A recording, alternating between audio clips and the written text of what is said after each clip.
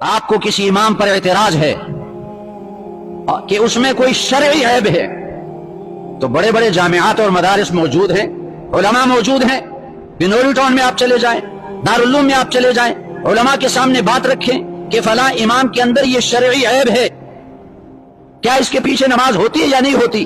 اگر انہوں نے فتویٰ دیا کہ اس کے پیچھے نماز نہیں ہوتی، پھر آپ اس کو معزول کر کے دوسرا امام رکھ دیں۔ لیکن خواہ کی باتیں بنانا، اس کا نتیجہ ذلت اور رسوائی پر پہنچے گا۔ جو اپنے اماموں کو تنگ کرتے ہیں، جو اپنے اماموں کے خلاف باتیں بناتے ہیں، یاد رکھیں یہ پکی بات ہے، وہ دنیا میں ذلیل اور رسوا ہوں گے، دنیا میں ذلیل اور رسوا ہوں گے، بھیک مانگیں گے، بھکاری بنیں گے۔ اب یہ اعتراض کہ امام صاحب کو نماز سے 5 منٹ پہلے آنا چاہیے، تم دیر سے کیوں آئے؟ تم نے 5 منٹ پہلے آنا چاہیے، اس طرح کی باتیں امام کے خلاف بناتے ہیں۔ فلاں امام صاحب کی آواز اچھی نہیں ہے، بھائی قرآن تو صحیح پڑھتا ہے، تمہیں آواز سے کیا فکر؟ اور فلاں امام ایسا ہے، فلاں امام ایسا ہے، ایسی باتیں اس کے طرف منسوب کرتے ہیں۔ میں نے خود سنی ہے کہ امام صاحب مسجد میں جو داخل ہوتے ہیں تو اپنے جوتے جھاڑتے نہیں ہیں، اب یہ کوئی عیب ہے؟ بھائی اگر پاک زمین پر آیا تو جوتے جھاڑنے کی کیا ضرورت ہے؟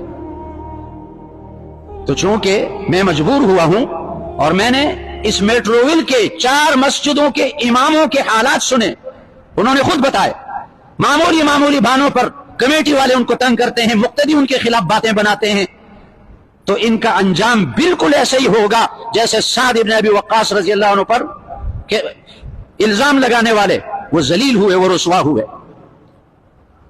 اور یاد رکھیں جو اپنے اماموں کے خلاف باتیں بناتے ہیں جھوٹی، وہ اگر اس امام کے پیچھے نماز پڑھیں تو اس کی نماز مقبول نہیں ہوگی۔ جاؤ بنوری ٹاؤن سے پوچھو، دارالعلوم سے جا کر پوچھو، اس کی نماز مقبول نہیں ہوگی۔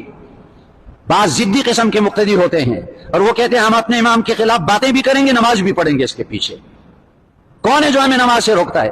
بھائی تمہاری نماز سے فرض تو ادا ہو جائے گا، فرض ادا ہو جائے گا، لیکن نماز مقبول نہیں ہوگی اور اس نماز پر اجر و ثواب مرتب نہیں ہوگا، اور جو دنیا میں ذلت اٹھانی پڑے گی وہ الگ ہے۔ عجیب اعتراضات ہوتے ہیں۔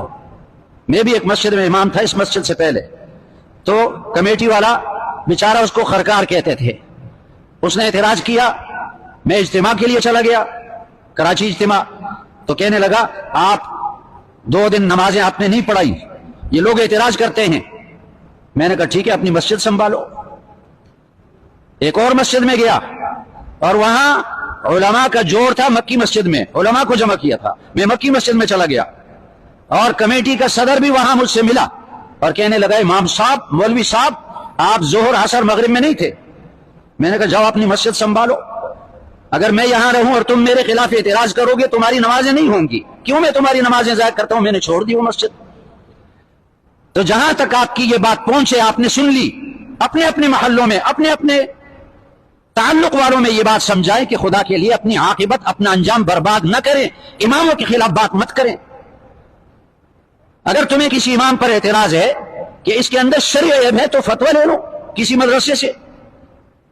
اور لوگ یہ سمجھتے ہیں کہ امام فرشتہ ہونا چاہیے، امام کوئی فرشتہ نہیں، یہ بھی انسان ہے، گناہوں سے پاک انبیاء علیہ السلام ہیں، صحابہ کرام کی اللہ نے حفاظت کی، انبیاء اور صحابہ کے بعد بڑے بڑے اولیاء کرام، بزرگان دین، گناہوں سے کوئی پاک نہیں ہے۔ تو تم کیا سمجھتے ہو کہ تمہارا امام فرشتہ بنے گا؟ اس سے بھی گناہ صادر ہوتے ہیں۔